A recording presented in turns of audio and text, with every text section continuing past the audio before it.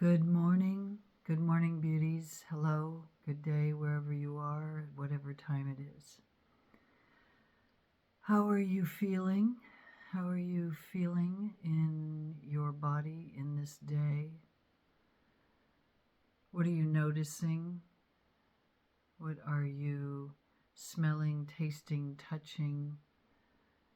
And then beyond all of the obvious senses, beyond that, what is the word piercing is what is coming in this morning in the earlier meditation just a moment ago. That word piercing, and I saw sort of like a spike and a sword, kind of some beautiful, shining, yes, weapon, but not a weapon of destruction. And as I'm opening my mouth and allowing the words to flow through, this weapon, this sword, right? The sword is associated with, in the tarot, with air and with the mind, right? The sword cutting through the nonsense, cutting through the detritus, cutting through the fog, allowing your focus, right, to focus our minds, to work with the mind, not have the mind working you, right, day in, day out, working you with old, tired words, old, tired patterns. So when you start to anneal your sword, right, annealing the sword would involve, right, in the old traditional way of making a sword, and in fact it's probably the same way that actual swords are made, right, which involves a lot of pounding of the metal, putting the metal into the fire, plunging the metal into very cold water, more pounding, more fire, more water, right? And the air of the bellows that keeps the fire going, right? So here are all the elements to create this incredibly beautifully crafted blade, and with a gorgeous shine, right? An artisan who would make something like this, right, is not necessarily imbuing it with this idea of pain or death, right? And I'm utilizing this in a sense so that we can consider how we might continue to anneal ourselves to, and I'm sure you already have been, right? Because life on earth involves walking through fire, right? Plunging in icy cold waters. And I'm speaking of this in all of the things, all of the experiences you have experienced throughout your life, right?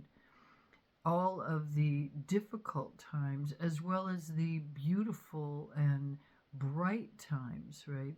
But it's all an annealing, right? I say often to clients, you've walked through many fires, right?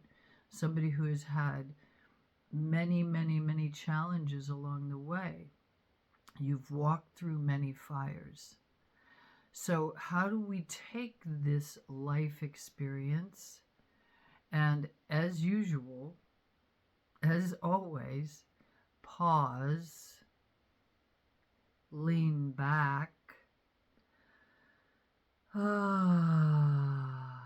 breathe slowly and deeply back into a state of embodiment, remembering yourself into your vessel, into the vessel of your body, and decide, right, what do I wish to do with all of this annealing?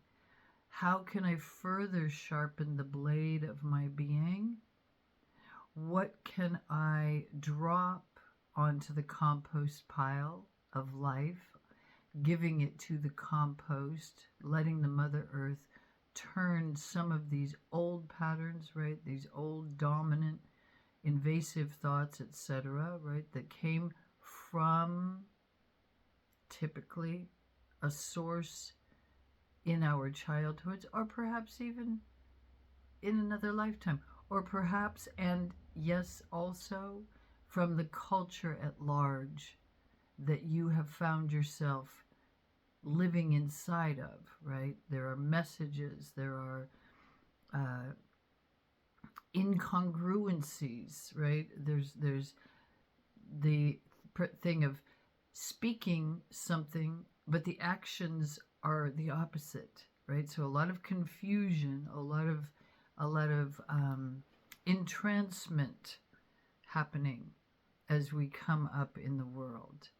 But deciding to anneal the sword of your own mind, deciding, right? This is a choosing, because at a certain point along the way, one does often come to a place where you do pause and you do lean back. Sometimes life forces you to pause, right?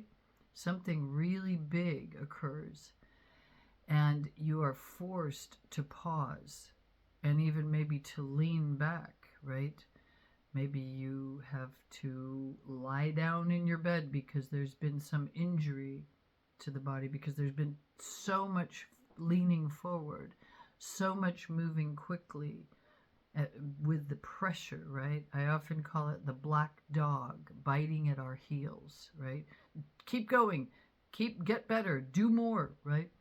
So, however you find yourself, and right now you can find yourself in the pause, in the lean back, into the witness perspective, into deciding I'm allowed to give myself much more oxygen. I'm allowed to fill my body full of this illuminating oxygen and to release with a long exhale, to slow this whole breathing process down, right? Permissioning yourself to step off of the high speed, high breathing, right?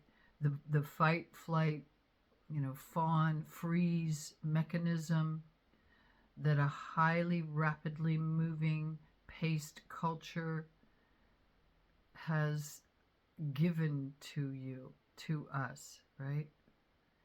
Given sounds like a very gentle, soft, kind thing, but yes, the cumulative effects of a to Z kind of culture, right? That's a linear, right? Shoot the arrow out, run forward, versus a spiral, which is really what life is doing.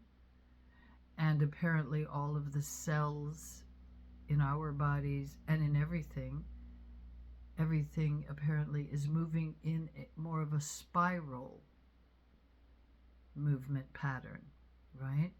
So that sort of progression, reaching a plateau. And when we get to the plateau, it is so important to pause and lean back and breathe and embody, because you've reached this new place in your body, in your being, and you can look back and see and assess, wow, look at all of that climbing I've done, right? That's a moment for celebration and for preparation for the next part of the spiral, right? But we don't leave out this pause and leaning back.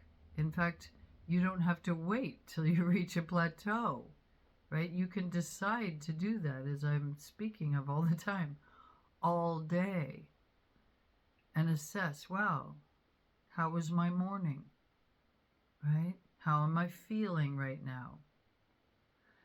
How is my mind, right? Am I allowing old patterns to dominate me today? If so, you do not punish yourself for that, you simply pause and lean back and slow your breath down until you feel more present in your body. And then you can start to offer your mind some direction, because you are not your mind. Okay? And this is where the sword comes in, and this metaphor of annealing the sword and making the sword sharp and bright, and this association with the tarot and the suit of air and the associative sword imagery, right? Polishing, sharpening, right? Bringing into nice clean edge your mind by becoming that part of you that you know is not your mind, that is bearing witness to the thoughts, right? Because you do, don't you, right? You can observe. Some part of you says, wow, why am I thinking all those negative thoughts? So there's the observer. There's this part of you, your soul, your heart, right? The deep, deep wisdom keeper inside of you that is you. Yes, there is an accumulation of experiences, other people's words, right? Words spoken over you by family, by teachers, by the culture.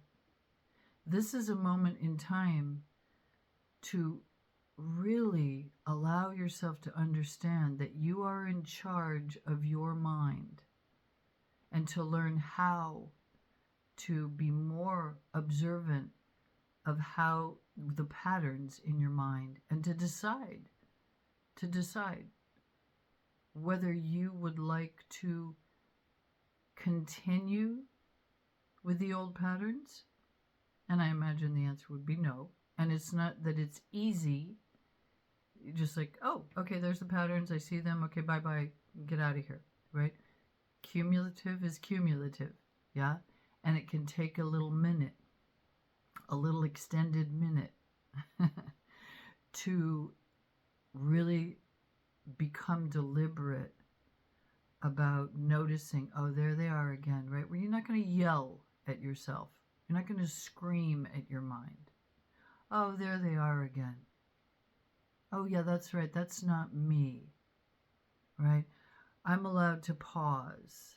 I have permission to lean back away from and just see, as though it's on a screen, the patterns of my mind.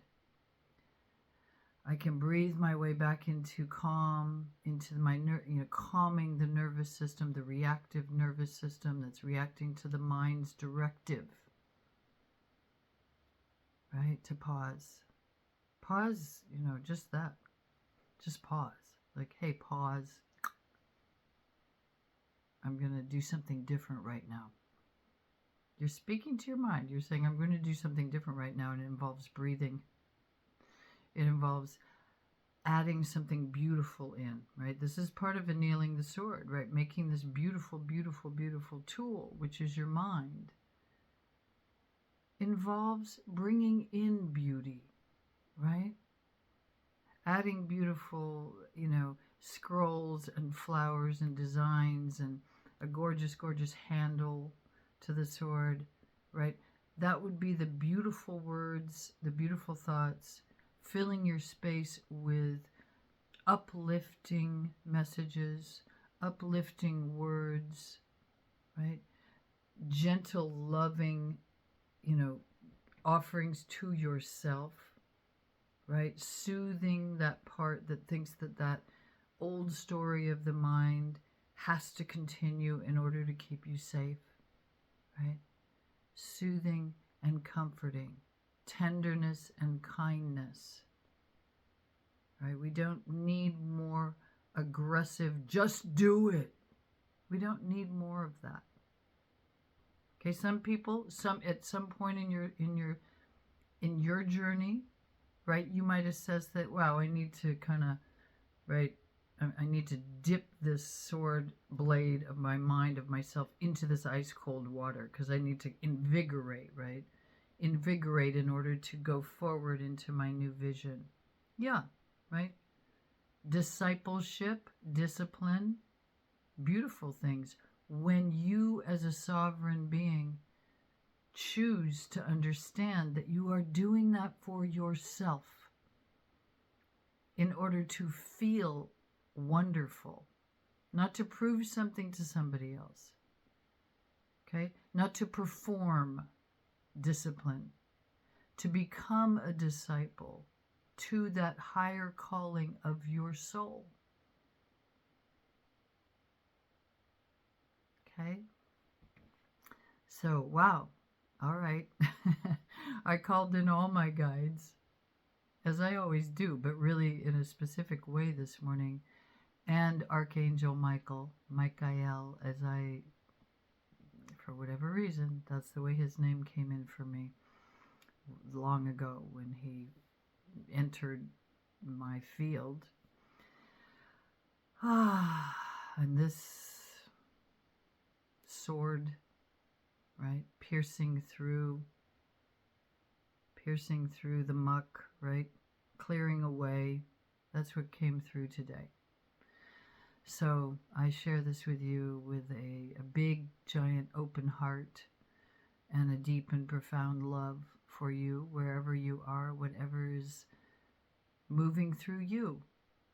Just that you remember that you can permission yourself to have deep care for yourself and take time to offer yourself moments of practice. Okay? Pause, lean back, breathe slowly and deeply, embody. Rinse, repeat. Big love. Talk soon.